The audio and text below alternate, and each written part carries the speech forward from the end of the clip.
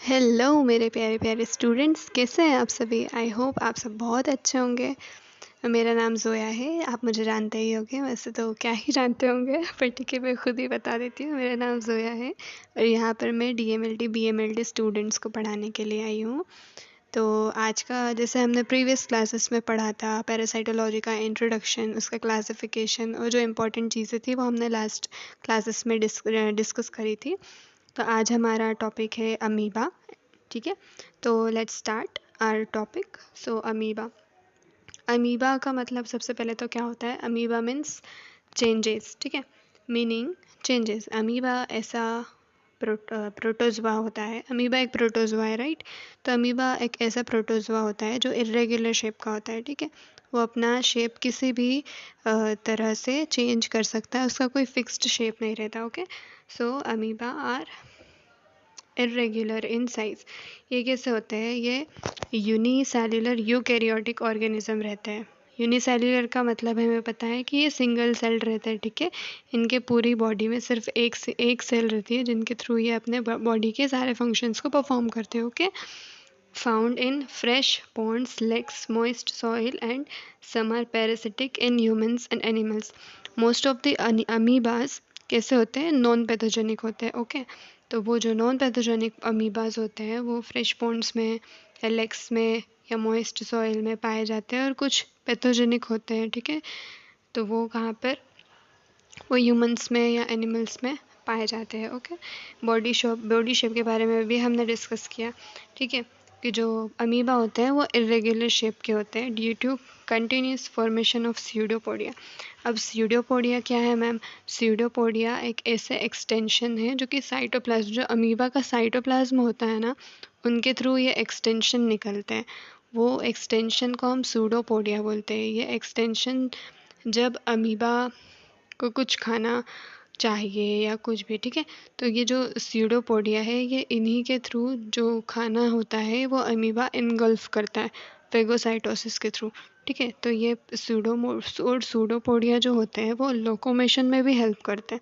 तो सूडोपोडिया के दो फंक्शंस होते हैं, एक तो फूड को, ठीक है, और जो भी फूड सब्सटेंस है उनको एनगल्फ करना, फेगोसाइटोज्ड करना, और दूसरा लोकोमोशन में हेल्प करना अमीबा के।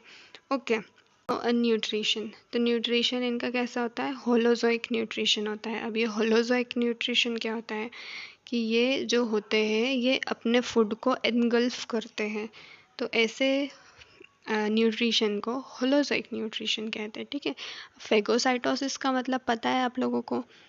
नहीं पता है, कोई बात नहीं, मैं बताती हूँ। मैं हूँ ना यहाँ, मैं बताने के लिए ही तो हूँ, तो मैं बताऊँगी। तो फेगोसाइटोसिस का मतलब क्या होता है, किसी भी चीज़ को एनगल्फ कर लेना, खा लेना। जैसे तुमने देखा होगा दीवार पे कोई सी छिपकली चल रही है, ठीक है, वो छिपकली के सामने जैसे ही कोई कीड़ा आता है, वो छिपकली क्या करती है, उसको खा जाती है। तो वैसा ही ये अमीबा भी करता है थ्रू स्यूडोपोडिया। उसको कुछ खाना खाना है तो वो स्यूडोपोडिया के थ्रू उस खाने को एनगल्फ कर लेगा। ठीक है, फेगोसाइटोसिस कर लेगा। ओके, तो ये होता है। अब रिप्रोडक्शन ये कैसे करता है, रिप्रोडक्शन ये एसेक्सुअल रिप्रोडक्शन करता है। ओके, थ्रू बाइनरी फिजन के थ्रू ये रिप्रोडक्शन करता है। ठीक है, structure of amoeba. Structure of amoeba, इसका सबसे पहले तो प्लाज्मा मेम्ब्रेन पढ़ते हैं। जब जब हमें पता है ना, हमने सेल को तो देखा ही, सेल कैसा होता है, तो जिसके आउटर मोस्ट लेयर होती है उसे हम प्लाज्मा मेम्ब्रेन कहते हैं, राइट। तो इसकी प्लाज्मा मेम्ब्रेन थिन होती है और फ्लेक्सिबल होती है।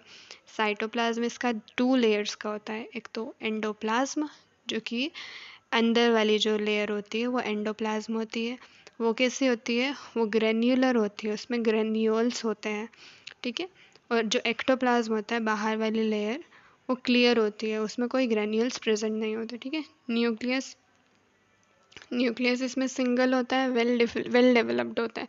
वेल डेवलप्ड कैसे है, क्योंकि ये यूकैरियोटिक है, तो यूकैरियोटिक में वेल डिफाइंड न्यूक्लियस होता है। ठीक है, कॉन्ट्रैक्टाइल वैक्यूल्स इनके क्या होता है, फॉर ऑस्मो रेगुलेशन। देखो क्या होता है, ऑस्मो रेगुलेशन का मतलब मैं बताती हूँ आपको क्या होता है। देखो, ऑस्मो रेगुलेशन मतलब कि ये जो अमीबा होते हैं, हमने पढ़ाई की है फ्रेश वाटर्स में रहते हैं ना, लेक्स में, पॉन्ड्स में रहते हैं। तो उस वहाँ का जो मीडियम होगा वो कैसा होगा? सॉल्टी मीडियम हो सकता है, हाइपोटोनिक सोल्यूशन हम कह सकते हैं। तो क्या होता है कि वो जो बाहर, जैसे अमीबा रह रहा है, ठीक है, लेक में, तो बाहर का सॉल्यूशन ऑस्मोसिस के थ्रू अमीबा के अंदर भी तो आ सकता है। तो ये जो कॉन्ट्रेक्टाइल वैक्यूल्स जो रहते हैं ना, वो उस सॉल्यूशन को अपने अंदर ले लेते हैं, उस पानी को, उस सॉल्टी पानी को। अब देखो, अब अगर ज़्यादा ही सॉल्टी वाटर इसमें चला जाएगा अमीबा के अंदर, तो अमीबा तो बर्स्ट हो जाएगा, है ना, मर जाएगा अमीबा। अमीबा तो इसलिए कॉन्ट्रेक्टाइल वैक्यूल्स प्रेजेंट रहते हैं। ये कॉन्ट्रेक्टाइल वैक्यूल्स क्या करते हैं? उस सॉल्टी वाटर को कलेक्ट करते हैं अपने अंदर और फिर उसको एक्सपेल कर देते हैं। ये जो प्लाज्मा मेम्ब्रेन है उसके थ्रू उस पानी को बाहर निकाल देते हैं। तो ये ऐसे काम करते हैं कॉन्ट्रेक्टाइल वैक्यूल्स। आई होप आपको समझ में आया होगा। अब फूड वैक्यूल्स, तो फूड वैक्यूल्स तो डाइजेशन के लिए होते हैं। कुछ फूड वैक्यूल्स भी होते हैं अमीबा के अंदर, जो जो हम वो खाना लेते हैं, उस खाने को डाइजेस्ट करने के लिए भी तो कुछ होना चाहिए, ठीक है, वरना हम खा रहे हैं, हम डाइजेस्ट ही नहीं कर रहे हैं, तो फिर तो नहीं सिस्टम चलेगा ना। तो इसलिए फूड वैक्यूल्स होते हैं, ठीक है। अब सूडोपोडिया का तो हमने देखा, अभी पढ़ा कि जो सूडो क्या क्या बोल रही हूँ यार मैं, कि जो सॉरी जो सूडोपोडिया होता है वो अमीबा के लोकोमोशन में और फूड कैप्चरिंग में, फेगोसाइटोसिस ऑफ फूड में हेल्प करता है। Okay, now habitat. हैबिटेट तो ये जो अमीबा होते हैं वो अभी हमने पढ़ा कि अमीबा फ्रेश वाटर में होते हैं, मॉइस्ट सॉइल में होते हैं, ह्यूमंस में भी पाए जाते हैं। जो फ्री लिविंग अमीबा होते हैं, वो फ्री लिविंग अमीबा कैसे होते हैं? वो फ्री लिविंग अमीबा ऐसे होते हैं, देखो, दो तरह के अमीबा होते हैं, ठीक है, फ्री लिविंग होते हैं और पैरासिटिक होते हैं। तो फ्री लिविंग अमीबा ऐसे होते हैं जिनको, देखो, सॉइल में रह सकते हैं, वाटर में रह सकते हैं, और ये ऐसे अमीबा होते हैं, ऐसे पैरासाइट्स होते हैं जिनको कि ह्यूमंस की ज़रूरत नहीं रहती है अपने लाइफ साइकिल को कंप्लीट करने के लिए। ये बाहर भी रह सकते हैं, बाहर भी ये ज़िंदा रह सकते हैं, ठीक है, ये मरेंगे नहीं अगर ह्यूमंस के बाहर है।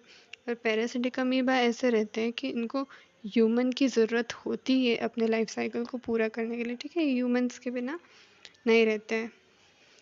ओके,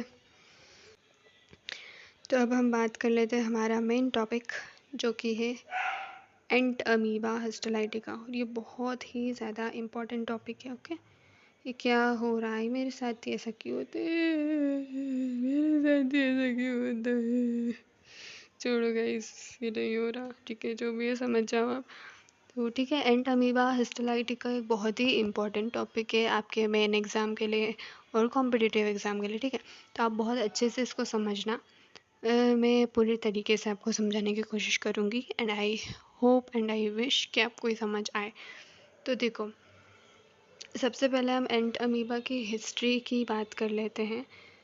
तो देखो, जो एंट अमीबा हिस्टोलाइटिका है ना, वो सबसे पहले लॉश करके एक साइंटिस्ट थे।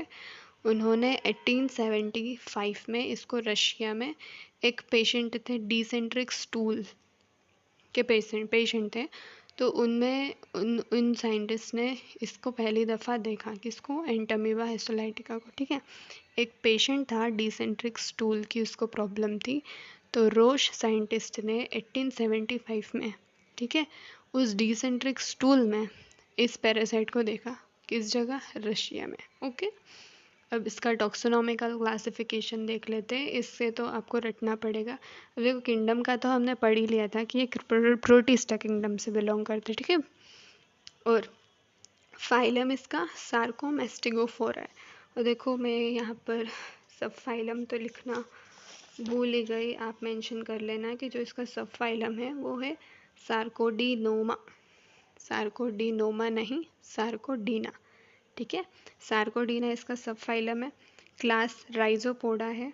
ऑर्डर अमीबीडा है। फैमिली एंट अमीबा है, एंट अमीबीडा है। जीनस एंट अमीबा है और स्पीसीज हिस्टोलाइटिका है, ठीक है।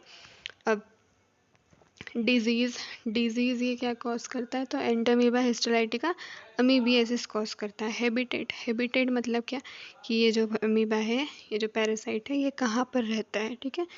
तो ये म्यूकोजा एंड सब mucosa of large intestine of human, ठीक है। तो ये म्यूकोजा और सब म्यूकोजा जो लेयर्स होती हैं ना लार्जेस्ट इंटेस्टाइन के, स्पेशली जो सीकम और कॉलोन पार्ट होता है, वहाँ पे पाई जाती है, ठीक है। सीकम और कॉलोन का तो हमें पता ही है ना, कि देखो जो स्मॉल इंटेस्टाइन का लार्ज आखिरी वाला हिस्सा कौन सा रहता है, इलियम। इलियम के बाद हमारी लार्ज इंटेस्टाइन शुरू हो जाती है, तो लार्ज इंटेस्टाइन का फर्स्ट पार्ट ही सीकम होता है, ठीक है। तो ये सीकम और उसके बाद सीकम के बाद कॉलोन आता है। तो सीकम और कॉलोन की जो सब म्यूकोजा और म्यूकोजा लेयर्स होती है, वहाँ पर ये हैबिटेट करता है, वहाँ पर रहता है। जो एंट अमीबा की मॉर्फोलॉजी है, ये इसके 3 मॉर्फोलॉजिकल फॉर्म्स होते हैं, ठीक है। एंट अमीबा के 3 मॉर्फोलॉजिकल फॉर्म्स होते हैं। एक तो होता है सिस्ट होता है, सॉरी ट्रोफोजॉइड होता है, एक प्री सिस्ट होता है, एक सिस्ट होता है। मैं क्या क्या बना रही हूँ, मेरी देख लो कलाकारी आप। सबसे पहले ट्रोफोजॉइड की बात कर लेते हैं, तो मैं आपको शॉर्ट में बता देती हूँ, वैसे तो मैं बताऊँगी अच्छे से, पर अभी देख लो। जो ट्रोफोजॉइड होता है ना, ये एक्टिव फॉर्म रहता है, ठीक है, इस एंटामीबा हिस्टोलाइटिका का। ये ट्रोफोजॉइट ही एक ऐसा सिंगल फॉर्म है इस एंटामीबा हिस्टोलाइटिका का जो टिश्यू में रहता है, ठीक है। यही फॉर्म टिश्यू में रहता है, यही एक्टिव फॉर्म होता है, यही डिस्ट्रक्शन नेक्रोसिस सब ये करता है, ठीक है। क्या, ट्रोफोजॉइट। प्रीसिस्ट प्रीसिस्ट एक जो ट्रोफोजॉइट और सिस्ट के बीच का जो ट्रांजिशनल फेज होता है, वो हमारा प्रीसिस्ट होता है। जो सिस्ट है, ये क्वाड्री न्यूक्लिएटेड सिस्ट, तो ये जो क्वाड्री न्यूक्लिएटेड सिस्ट है, यही क्या है, यही इन्फेक्टिव फॉर्म है ह्यूमंस के लिए, कि यही हमारी बॉडी में जाता है और फिर इसी के थ्रू इन्फेक्शन होता है। देखो बेसिकली क्या होता है कि मैं आपको बताती हूँ शॉर्ट वे में, ठीक है। क्वाड्री न्यूक्लिएट सिस्ट है, ठीक है। किसी ने फीसिस के थ्रू वो क्वाड्री न्यूक्लिएट सिस्ट को पास आउट करा। अब वो क्वाड्री न्यूक्लिएट सिस्ट किसी सॉइल में था, अब गलती से किसी ह्यूमन ने उसे इंजेस्ट कर लिया, ठीक है। अब इंजेस्ट कर लिया, अब क्वाड्री न्यूक्लिएट सिस्ट पे क्या होती है, सेल वॉल होती है, उसकी cell wall thick cell wall होती है। अब वो पेट में जाएगा, ठीक है, स्मॉल इंटेस्टाइन में गया, वहाँ पर जूसेस वगैरह होते हैं, तो वो जूसेस को भी वो जो वॉल होती है सिस्ट वॉल, वो उसको चकमा देती है कि भाई जाओ, क्या कर लोगे तुम, हमारा कुछ नहीं कर सकते भैया, हमारे पास तो सिस्ट वॉल है, तुम हमारा कुछ नहीं बिगाड़ सकते। तो वो जूसेस भी उसका कुछ नहीं बिगाड़ पाते हैं, और वो चली जाती है फिर इंटेस्टाइन में, ठीक है, लार्ज इंटेस्टाइन में, सॉरी, ऐसा। अब सिस्ट इसलिए इन्फेक्टिव फॉर्म है कि जो ये स्टमक में जाती है और वहाँ पर भी इसका कोई कुछ बिगाड़ नहीं पाता जूसेस वगैरह। और रही बात ट्रोफोजॉइट की, तो ट्रोफोजॉइट इन्फेक्टिव फॉर्म में इसलिए नहीं आता, सारा जो हमारे बॉडी में, हमारे इंटेस्टाइन में डिस्ट्रक्शन यही करता है, पर ये इन्फेक्टिव फॉर्म नहीं है। क्यों नहीं है, क्योंकि ये हमारी बॉडी में अगर गलती से किसी ने इसे इंजेस्ट कर लिया, ठीक है, पहली बात तो ये ज़िंदा रह नहीं पाता है, 5-6 घंटे तक ही ज़िंदा रहता है। अगर किसी ने स्टूल के थ्रू ये पास आउट हुआ बाहर, तो ये मतलब सॉइल में ज़्यादा देर तक जीवित ही नहीं रह पाता, सिर्फ 5 घंटे तक रह पाता है, और फिर ड्राई या हीट से ये मर जाता है। और अगर फिर भी किसी ने इस वक्त के दौरान ही इसे इंजेस्ट कर भी लिया, तो भी जो हमारे इस इंटेस्टाइन में जो भी जूसेस वगैरह है, वो इसे डिस्ट्रॉय कर देंगे, ठीक है। इसलिए नहीं है इन्फेक्टिव फॉर्म। आई होप आपको समझ आया होगा, वैसे तो हम लाइफ साइकिल पढ़ेंगे तो आपको समझ में आ ही जाएगा अच्छे से, ओके। तो ट्रोफोजॉइट को हम पढ़ लेते हैं। अब मैं जल्दी जल्दी पढ़ाऊँगी, क्योंकि मैंने आपको बेसिक चीज़ें तो मतलब जो इंपॉर्टेंट चीज़ है वो तो बता ही दी है। तो trophozoite, let's talk about trophozoite. Largest stage than other Entamoeba histolytica, जैसे अभी हमने बताया कि लार्जेस्ट स्टेज है, ठीक है, वेजिटेटिव फॉर्म है और ग्रोइंग फॉर्म है। यही जो इसका ये ट्रोफोजॉइट वाला ही फॉर्म है ना, यही डेवलपमेंट करता है, यही ग्रो करता है बॉडी में, ठीक है, और यही नेक्रोसिस और डिस्ट्रक्शन कॉज करता है, ठीक है। Only form present in tissue, यही एक सिंगल फॉर्म है एंटामीबा हिस्टोलाइटिका का, जो कि टिश्यू में पाया जाता है, ना ही प्रेसिस्ट टिश्यूज में रहता है, ना ही सिस्ट, सिर्फ ट्रोफोजॉइट रहते हैं, ठीक है। इसका शेप कैसा होता है? इर्रेगुलर होता है। हमने पढ़ा था कि अमीबा का कैसा शेप होता है? इर्रेगुलर। इसकी साइज़ होती है 12 से 60 की माइक्रोमीटर। ठीक है। Trophozoite divide by binary fission in every 8 hour. ये जो ट्रोफोजॉइड है ये हर 8वें आवर में बाइनरी फिजन के थ्रू डिवाइड होते हैं। ठीक है। अब बाइनरी फिजन कैसा होता है? अगर कुछ वैसे तो पता ही होगा आप लोगों को, बट अगर किसी को नहीं पता है तो ऐसा मान लो कि एक बिस्किट है। ठीक है। बिस्किट को हमने बीच में से तोड़ दिया तो वो 2 अलग अलग हिस्से बन गए। पर यार हमारा बिस्किट ना वापस से सर्कुलर नहीं हो सकेगा। बट ये सब मान लो कि जो ये बिस्किट अमीबा होते हैं ये बीच में से टूटने के बाद वापस जैसे शेप होता है ना इनका, ये उस शेप में आ जाते हैं। जैसे टूट कर ये लोग ऐसा अपना डिवीजन करते हैं। ठीक है। तो ये बाइनरी डिवीजन होता है, बाइनरी डिवीजन। अब they can survive for 5 hours at 37 degrees centigrade but destroyed through dry heat and chemical sterilization, therefore they do not cause infection। देखा, मैंने कहा था ना मतलब मैंने कहा क्या था, मैंने बताया था ना आपको ऑलरेडी। मैं बता चुकी हूँ कि ये जो हमारे ट्रोफोजोइट है, हमारे नहीं सिर्फ ट्रोफोजोइट, तो जो ट्रोफोजोइट है ये जीवित नहीं रह पाते हैं। स्टूल के थ्रू अगर ये पास भी हुए ना तो ये 5 घंटे के अंदर ही मर जाते हैं, इसलिए इन्फेक्शन नहीं कॉज करते। ठीक है। They destroyed in stomach by HCl if ingested. ये भी हमने बात डिस्कस कर ली कि गलती से अगर उन 5 घंटे के दौरान ही हमने उसको इंजेस्ट कर लिया, ठीक है, गलती से, तब भी ये हमारे पेट में जाके मर ही जाएंगे HCl के थ्रू, क्योंकि इनके ऊपर कोई भी प्रोटेक्टिव कवरिंग नहीं रहती है। ठीक है। ओके। नाउ मोटाइल, ये जो ट्रोफोजोइट होते हैं, ठीक है, सबसे इम्पोर्टेंट चीज़, ये जो ट्रोफोजोइट्स होते हैं ना ये मोटाइल होते हैं। सूडोपोडिया इनकी हेल्प करता है, ठीक है, लोकोमोशन में। न्यूक्लियस इनका सिंगल न्यूक्लियस होता है, सेंट्रल कैरियोसोम होता है और फाइन पेरिफेरल क्रोमेटिन्स रहते हैं। साइटोप्लाज्म में इनके, ठीक है, एक्टोप्लाज्म और इंडोप्लाज्म हमने डिस्कस किया था। डायग्नोस्टिक फीचर ये क्या रहता है इनका? Presence of ingested RBC। देखो ये जो ट्रोफोजोइट्स रहते हैं ना ये जैसे टिश्यू में जाते हैं, वहाँ पे कुछ डिस्ट्रक्शन करते हैं, तो ये क्या करते हैं, ये RBCs को भी इनगल्फ करते हैं। तो जब हम इनका एग्जामिनेशन करते हैं ना स्टूल एग्जामिनेशन में, तो ये ट्रोफोजोइट के अंदर ना RBCs दिखती है हमें, तो वो इसको डिस्टिंग्विश करता है कि अच्छा ये ट्रोफोजोइट है। ठीक है। तो इसलिए लिखा है कि डायग्नोस्टिक फीचर होता है ये। ठीक है। और नॉट इन्फेक्टिव हमने डिस्कस की थी ये बात भी की है, नॉट इन्फेक्टिव होता है। क्यों? क्योंकि हमने डिस्कस कर लिया कि ट्रोफोजोइट तो बेचारे बाहर आते ही 5 घंटे के बाद मर जाते हैं, और अगर हमने इसको इंजेस्ट कर भी लिया तब भी हमारे पेट के HCl इसको मार देगा। ठीक है। इसलिए ये इन्फेक्टिव नहीं होते। नाउ प्रीसिस्ट की बात कर ले तो प्रीसिस्ट राउंडेड होता है, नॉन मोटाइल होता है। Transitional stage between trophozoite and cyst, trophozoite से और सिस्ट के बीच में जो स्टेज होती है ना, ट्रोफोजोइट से प्रीसिस्ट में कन्वर्ट होता है। ठीक है।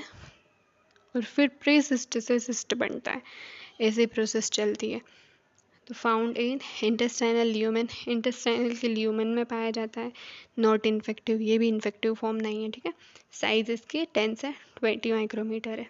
अब सिस्ट सिस्ट सिस्ट की साइज 10 से 15 माइक्रोमीटर है। ये इन्फेक्टिव फॉर्म है, ये बहुत इंपॉर्टेंट पॉइंट है। ठीक है। इसको नोट कर लेना, आप स्टार बना लेना, वेरी वेरी इंपॉर्टेंट पॉइंट है कि अगर पूछ लिया जाए कि आपके एंट अमीबा हिस्टोलाइटिका का इन्फेक्टिव फॉर्म क्या है, तो क्या बोलोगे आप?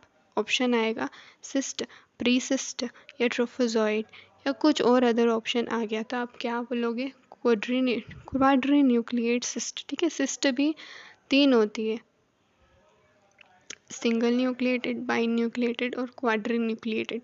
तो ऑप्शन में अगर क्वाड्री न्यूक्लिएट सिस्ट आए तो आप क्वाड्री न्यूक्लिएट सिस्ट को आँख खोल कर, ठीक है, आँख बंद कर कर नहीं, आँख खोल कर राइट करना। ओके। नाउ मैच्योर सिस्ट है, सिस्ट हैज़ 4 न्यूक्लियाई। जो मैच्योर सिस्ट होती है उनकी 4 न्यूक्लियाई होती है। ठीक है। Thick wall resistant to external environment. हमने बात करी थी ना कि जो ये सिस्ट होती है ये अपने सराउंडिंग एक थिक वॉल बना लेती है जो कि इन्वायरमेंट को रेजिस्ट कर लेती है, क्योंकि इन्वायरमेंट से ये मरती नहीं है, ठीक है। इन्वायरमेंट को बोलती है कि क्या बिगाड़ सकते हो, कितनी धूप आ जाए भाई कुछ भी हो जाए मेरा कुछ नहीं बिगाड़ सकती, ठीक है। तो ये थिक सेल वॉल होती है जो इसको प्रोटेक्ट करती है। Now can survive in moist conditions for week. ये कुछ वीक्स तक, कुछ हफ्तों तक मॉइस्ट इन्वायरमेंट में रह सकती है जिंदा। अब लाइफ साइकिल पढ़ लेते हैं एंटमीबा हिस्टोलाइटिका की, ठीक है। तो आपको जिससे कि सब कुछ फिर आसानी से क्लियर समझ में आ जाएगा। ओके तो इन्फेक्टिव फॉर्म हमने पढ़ा। इन्फेक्टिव फॉर्म इसका क्वाड्रीन्यूक्लिएटेड सिस्ट है, ठीक है। फिर हमने पढ़ा मोड ऑफ इन्फेक्शन। तो देखो मोड ऑफ इन्फेक्शन क्या है कि देखो फीसेस के थ्रू ये पास आउट होता है सॉइल में, ठीक है। अब उस सॉइल्स में जैसे कि उस सॉइल से किसी फूड में चला गया ये, और उस फूड को, उस कंटामिनेटेड फूड को, जो कि कंटामिनेटेड है किससे, सिस्ट से। अब उस कंटामिनेटेड फूड को गलती से हमने इंटेक कर लिया, हमने इंजेस्ट कर लिया, या कंटामिनेटेड वाटर को हमने इंजेस्ट कर लिया, तो वो हमारे अंदर सिस्ट चला जाएगा, ठीक है। तो इसका मोड ऑफ ट्रांसमिशन यही है, via ingestion of contaminated food and water. Okay host ये अपनी लाइफ साइकिल सिंगल होस्ट में कंप्लीट करता है, ठीक है। ह्यूमन में देखो जो एंटामीबा हिस्टोलाइटिका होता है वो मॉर्फोलॉजिकली 3 फॉर्म में प्रेजेंट होता है, ठीक है। ट्रोफोजॉइड, प्रीसिस्ट और सिस्ट। इनके 2 स्टेजेस में लाइफ साइकिल कंप्लीट होते हैं, एक एग्जिस्टेशन और एक एंसिस्टेशन, ठीक है। और ये इसके लाइफ साइकिल कितने होस्ट में कंप्लीट करता है, तो ये इसके लाइफ साइकिल सिंगल होस्ट में कंप्लीट करता है, ह्यूमन में, ठीक है। तो इस चीज़ में कोई भी कन्फ्यूजन मत रखना, क्योंकि काफ़ी स्टूडेंट्स को इस चीज़ में कन्फ्यूज़न आती है, तो मत रखिएगा आप, ठीक है। ठीक है तो अब हम लाइफ साइकिल को पढ़ लेते हैं। तो लाइफ साइकिल में देखो सबसे पहले तो ये फीसेस है, ठीक है। ये फीसेस में जाती है जो कंटामिनेटेड सिस्ट से, ये कंटामिनेटेड है फीसेस, ठीक है। अब ये फिस्ट गई सॉइल में, ये क्वाड्रीन्यूक्लिएटेड सिस्ट, ठीक है। इसे इंजेस्ट कर लिया ह्यूमन ने। अब ये इसको इंजेस्ट करने के बाद ये क्या होगा, ये इंटेस्टाइन में जाएगी और वहाँ पे एग्जिस्टेशन अकर होगा, ठीक है। अब एग्जिस्टेशन अकर हुआ तो क्या होगा कि जो साइटोप्लाज्म है वो सिस्ट से डिटैच हो जाएगा और एक सिंगल क्वाड्रीन्यूक्लिएट अमीबा लिबरेट हो जाएगा वहाँ से, और वो क्या फॉर्म करेगा, मेटासिस्ट। अब ये जो मेटासिस्ट है वो इमीडिएटली डिवाइड होगी और जो चार है ना वो उसको 8 न्यूक्लियाई में कन्वर्ट कर देगी, ठीक है। देखो ये एंसिस्टेशन हुआ और ये मेटासिस्ट बना, फिर ये मेटासिस्ट ने डिवाइड करके अपने जैसी 8 और न्यूक्लियाई बना लिया, ठीक है। अब ये जो ईच न्यूक्लियाई है, ठीक है, हर एक न्यूक्लियाई अपने सराउंड एक साइटोप्लाज्म को बना लेगी, जैसे दिख रहा है हर एक ने अपने ऊपर एक साइटोप्लाज्म बना लिया है, ठीक है। तो ये इसको क्या बोलेंगे फिर, ये जो मेटासिस्ट होगी वो डेवलप होगी और साइटोप्लाज्म में डेवलप होगी और क्या बन जाएगी, मेटासिस्टिक ट्रोफोजॉइड, ठीक है। मेटासिस्टिक ट्रोफोजॉइड बन जाएगी। फिर ये फर्दर क्या बनेगा, फर्दर आगे जाके ये बनेगा इमेच्योर ट्रोफोजॉइड, ठीक है। इमेच्योर ट्रोफोजॉइड बना, ये इमेच्योर ट्रोफोजॉइड बना, ठीक है। फिर इमेच्योर ट्रोफोजॉइड से क्या होगा, मैच्योर ट्रोफोजॉइड बनेगा, ठीक है। मैच्योर ट्रोफोजॉइड बना, यहाँ पे न्यूक्लियस आ गया, देखो कैरियोसोम आ गया है ना, यहाँ पे ये सारी फूड वैक्यूल्स आ गए, ठीक है। ये फिर ये जो मैच्योर ट्रोफोजॉइड है ये प्रीसिस्ट में कन्वर्ट हो जाएगा, है ना, सिंगल, देखो ये सिंगल न्यूक्लियस आ गया, ये इसकी सेल डबल लेयर्ड वॉल आ गई, ठीक है। फिर ये जो प्रीसिस्ट है ये यूनी न्यूक्लिएट सिस्ट में कन्वर्ट हो जाएगा, ठीक है। और ये यूनी न्यूक्लिएट सिस्ट से फिर क्या बनेगा, बाई न्यूक्लिएट सिस्ट, और ये बाई न्यूक्लिएट सिस्ट से फिर क्या बनेगा, क्वाड्री न्यूक्लिएट सिस्ट, और ये क्वाड्री न्यूक्लिएट सिस्ट वापस अगर किसी ने फीसिस में पास करी तो ये फिर लाइफ साइकिल वापस चलती जाएगी। अब देखो अब हमको ये नहीं समझ में आ रहा होगा कि ये हो क्या रहा है। मैं आपको समझाती हूँ ये हो क्या रहा है। देखो ऐसा होता है, क्लियर अच्छी लैंग्वेज में समझाते हैं। क्या होता है कि सॉइल में कोई एक सिस्ट पड़ी है, ठीक है, कंटामिनेटेड सिस्ट। अब वो किसी इंसान ने खा ली, वो सिस्ट गई पेट में, पेट से फिर वो गई इंटेस्टाइन में, इंटेस्टाइन में उसका एग्जिस्टेशन हुआ तो वो जो न्यूक्लियाई थे वो लोग बाहर निकल आए, उन्होंने अपने आप को फिर 8 डॉटर न्यूक्लियाई में कन्वर्ट कर लिया। फिर वहाँ से वो उन्होंने इमेच्योर ट्रोफोजोइड बनाया, ठीक है, इमेच्योर से फिर मैच्योर ट्रोफोजोइड बनाया, मैच्योर ट्रोफोजोइड से प्रीसिस्ट बनाया, फिर प्रीसिस्ट से यूनिन्यूक्लिएटेड, फिर बाइन्यूक्लिएटेड और फिर क्वाड्रीन्यूक्लिएटेड सिस्ट बना लिया। ठीक है, अब मैम ये एंजिस्टेशन क्या होता है और ये एग्जिस्टेशन क्या होता है, ठीक है, मैं एक सिंपल लैंग्वेज में बताती हूँ आपको कि जैसे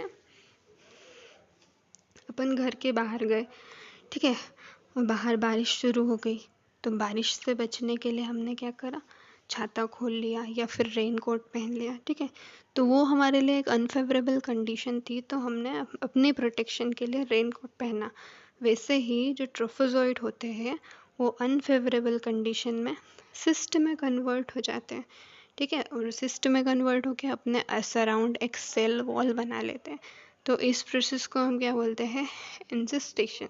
और एग्जिस्टेशन क्या होती है, ऐसे ही एग्जांपल से समझ लेते हैं, ठीक है, कि हम घर पहुँचे, बारिश से हम घर पहुँचे, घर क्या है, सेफ़ है, सेफ जगह है ना, तो वहाँ पर हमने अपना रेन कोट निकाल दिया, वो हमारे लिए फेवरेबल कंडीशन थी तो हमने रेन कोट निकाल दिया। वैसे ही जो सिस्ट है वो सिस्ट इंटेस्टाइन में जाकर सिस्ट वॉल तोड़ देता है और ट्रोफोजोइड में कन्वर्ट हो जाता है, ठीक है, और अपने एक्टिव फॉर्म में आ जाता है। क्यों, क्योंकि जो सिस्ट है वो इनएक्टिव फॉर्म में रहता है तो उसको एक्टिव फॉर्म में तो लाना पड़ेगा ना, तो वो अपने आप को ट्रोफोजोइड में कन्वर्ट कर लेता है, ठीक है, और फिर वो डिस्ट्रक्शन या जो भी कर क्या करता है वो करता है इतने कॉलोन में, ठीक है। और जब उसको लगता है कि अब तो अनफेवरेबल कंडीशन आ गए, हमको बाहर जाना है, तो वो ट्रोफोजोइड तो बाहर जाएगा तो भाई मर जाएगा, तो वो क्या करता है अनफेवरेबल कंडीशन में अपने आप को सिस्ट में कन्वर्ट कर लेता है और वो फिर सिस्ट बाहर चली जाती है, उसको कोई दिक्कत नहीं आती, ठीक है। तो ये चीज़ होती है। आई होप आपको क्लियर हुई होगी। बहुत लंबी वीडियो हो गई है बट कोई बात नहीं, बस ख़त्म होने वाली है, एक बार जल्दी जल्दी से हम पढ़ लेते हैं इसको, ठीक है, जल्दी जल्दी से पढ़ लेते हैं। Ingestion of food contaminated with infective cyst, mature nucleated cyst, ये इंजेस्ट करा हमने, अब एग्जिस्टेशन हुआ, move to intestine where excystation occur, cytoplasm gets detached from the cyst and single quadrinucleate amoeba liberated called metacyst, क्या हमने पढ़ा। फिर the nuclei of metacyst immediately divided and give rise to 8 nuclei, ठीक है। Now each nuclei immediately surrounded by its own cytoplasma to become 8 small amoebae called metacystic trophozoite, ठीक है, आप पढ़ोगे उधर एक बार फिर डायग्राम देखोगे तो समझ आ ही जाएगा, हमने पढ़ लिया ये चीज़।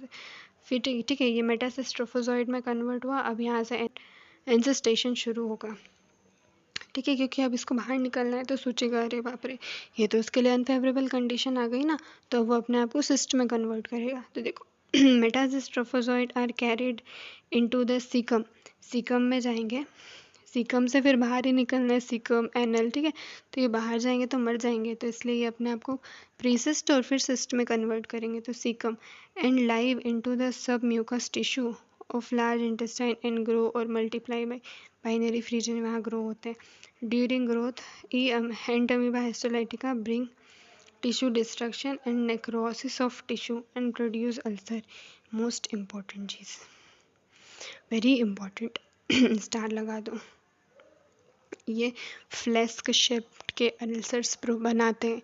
देखो कुछ देखो एंटामीबा हिस्टोलाइटिका में जो ट्रोफोजोइड्स होते हैं ना, ये सीकम में जाते हैं और क्या होता है 90% ट्रोफोजोइड्स तो सिस्ट में कन्वर्ट होके बाहर निकल जाते हैं, पर कुछ जो ट्रोफोजोइड होते हैं ना उनको चुल मची है, उनको सीधे नहीं बाहर जाना है, वो क्या करते हैं, वो जो हमारे टिश्यू जो रहता है ना उसकी म्यूकोसा को वो इन्वेड करके हमारे टिश्यू नेक्रोसिस करते हैं, वहाँ पे डिस्ट्रक्शन शुरू कर देते हैं और वहाँ पे वो क्या बनाते हैं, वहाँ पे वो अल्सर्स का फॉर्मेशन करते हैं, ठीक है। अल्सर तो हमें पता ही है ना, छाले वगैरह तो ऐसे अल्सर्स को प्रोड्यूस करते हैं ये, टिश्यू नेक्रोसिस करते हैं, डिस्ट्रक्शन करते हैं। और कुछ जो होता है वो तो और इन टिश्यू म्यूकोजल लाइनिंग को इन्वेट करके और हमारे जैसे लीवर में भी चले जाते हैं, एक्स्ट्रा इंटेस्टाइनल अमीबियासिस कहते हैं जैसे, है ना, लीवर में भी चले जाते हैं, लंग्स में चले जाते हैं, ब्रेन में चले जाते हैं।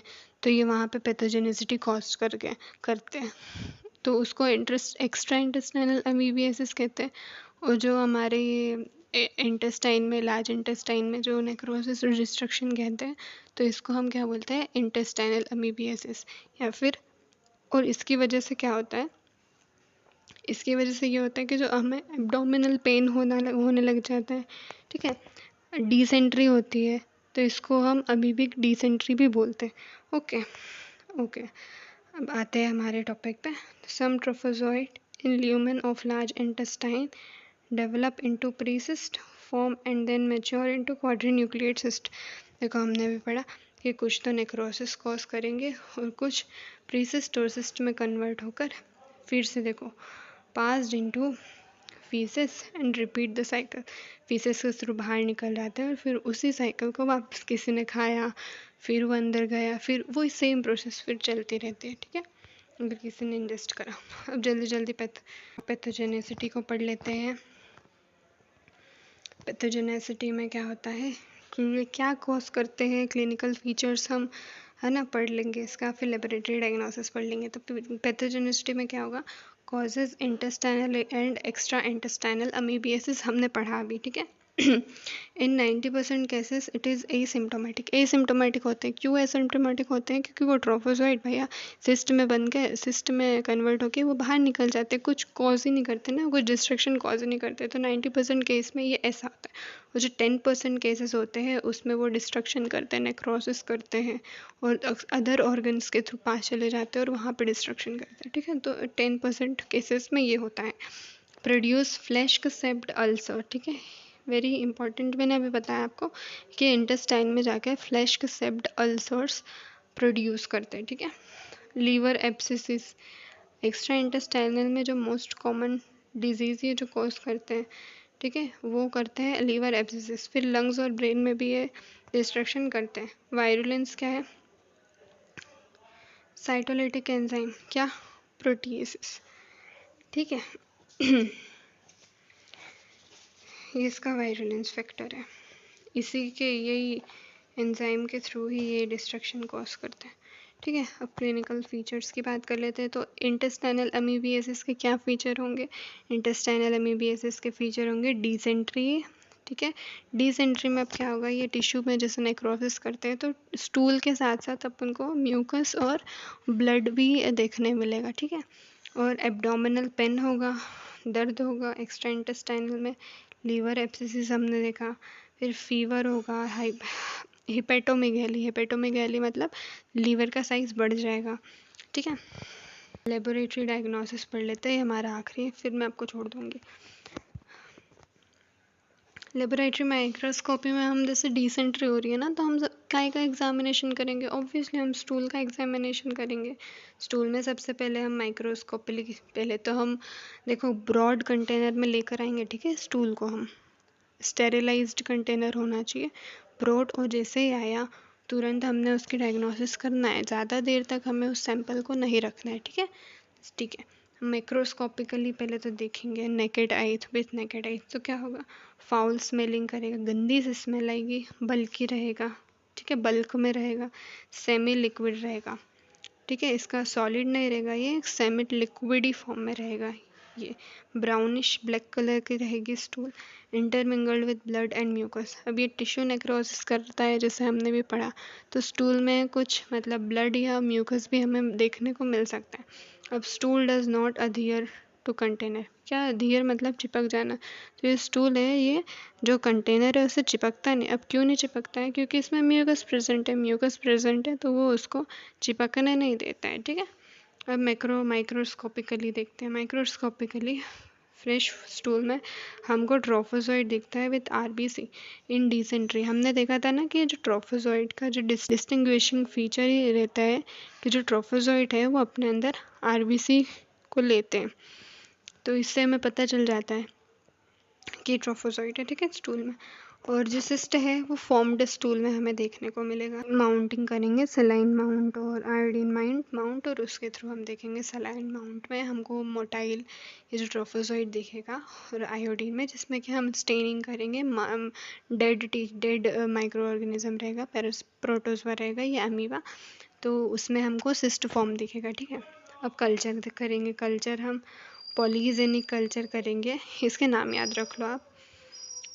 तो निल्सन्स मीडियम, बालामोस मीडियम और रोबिन्सन्स मीडियम। और एजेनिक कल्चर में हम डायमंड एजेनिक मीडिया लेंगे, ठीक है। सीरोलॉजिकल टेस्ट जो एंटीजन एंटीबॉडी डिटेक्शन के लिए करते हैं वो हम इनडायरेक्ट हीमोएग्लूटिनेशन टेस्ट करेंगे, इम्यूनोफ्लोरेसेंस एंटीबॉडी, एलिजा, CIEP, ये सब एक्स्ट्रा इंटेस्टाइनल के लिए करेंगे हम, ठीक है। और फिर मॉलिक्यूलर डायग्नोसिस करेंगे जैसे कि PCR, DNA प्रोब मेथड, ये ठीक है। ये सबसे ज़्यादा सेंसिटिव वो रहती है, टेक्निक्स रहती है, तो हम ये लगाएंगे। तो हमने हमारा जो एंटामीबा हिस्टोलाइटिका था वो तो कंप्लीट कर लिया। तो आई होप आपको समझ में आया होगा। और अब हम जो अगले टॉपिक्स है वो नेक्स्ट क्लास में डिस्कस करेंगे। वैसे ही हमारी वीडियो बहुत लंबी हो गई है, तो हम नेक्स्ट क्लास में डिस्कस करेंगे। तो अब मुझे एक ये बता दो, अगर आपको समझ में आया है मेरा लेक्चर, तो आप कमेंट करके बता दीजिए कि यस मैम हमें समझ में आया। और अगर कुछ समझ नहीं आया हो, मुझे कुछ और इम्प्रूवमेंट करना है और बेटर इम्प्रूवमेंट करना है, तो आप वो भी कमेंट में लिख के बता दो। क्यों? क्योंकि मैं यहाँ पर आपको पढ़ाने के लिए आई हूँ, ठीक है। ना मैं आपका वेस्ट टाइम करने आई हूँ, ना मैं अपना टाइम वेस्ट करने के लिए आई हूँ। और आप बिल्कुल कंफर्टेबल रहिए, मुझे अपने दोस्त की तरह समझिए, दीदी की तरह समझिए, ठीक है। मैम मत समझिए, आप मुझे दीदी समझिए या दोस्त की तरह समझिए, ठीक है। और जो भी प्रॉब्लम है आप मुझे कमेंट करके बताइए। और एक और चीज़, आप मुझे ये बताइए कि जो एंटामीबा हिस्टोलाइटिका है उसका इन्फेक्टिव फॉर्म क्या है, ठीक है। तो ये मुझे कमेंट में करके बताइएगा। और मैंने जैसे भी कहा कि मुझे बता देना, अगर कोई भी प्रॉब्लम आए तो मैं उसको ज़रूर सुधारूँगी और बेटर तरीके से एक्सप्लेन करने की कोशिश करूँगी, ठीक है। और वीडियो अगर पसंद आए तो सब्सक्राइब करना मत भूलिएगा, लाइक करिएगा और कमेंट करिएगा, ताकि मुझे भी थोड़ा मोटिवेशन मिले और ज़्यादा बेटर करने का, ठीक है। And I am there for you, okay, bye bye.